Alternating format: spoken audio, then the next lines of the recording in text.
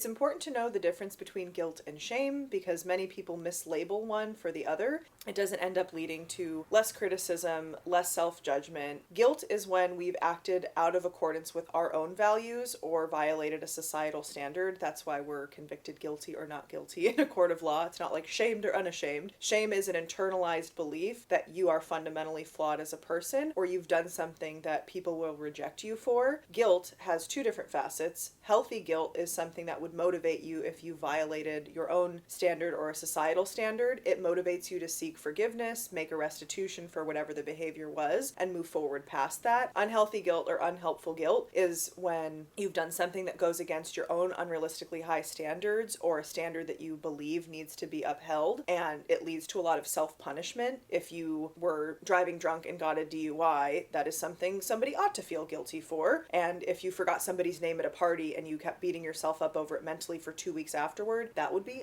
unhealthy guilt or unhelpful guilt. When we experience or when we engage in a behavior that causes us to feel healthy guilt, the ideal outcome is that it motivates us to not do that again. With unhelpful guilt, it perpetuates this cycle of negative self-talk and self-punishment. It doesn't actually motivate us to not do the behavior again. It motivates us to be hyper aware of not wanting to feel that level of guilt or potentially have that go into shame, and it doesn't really motivate us to change our behavior. So if you're experiencing guilt that's causing you pain and you didn't necessarily do anything wrong and you're beating yourself up for it, it's safe to say that that would be unhealthy or unhelpful guilt, and that is separate from shame. Shame relates to a core internalized belief that you are unworthy or you are flawed in some way, and when you've done a behavior, engaged in a behavior that elicits that feeling of shame, what it motivates you to do is withdraw and fear that you will be rejected from other people, including yourself.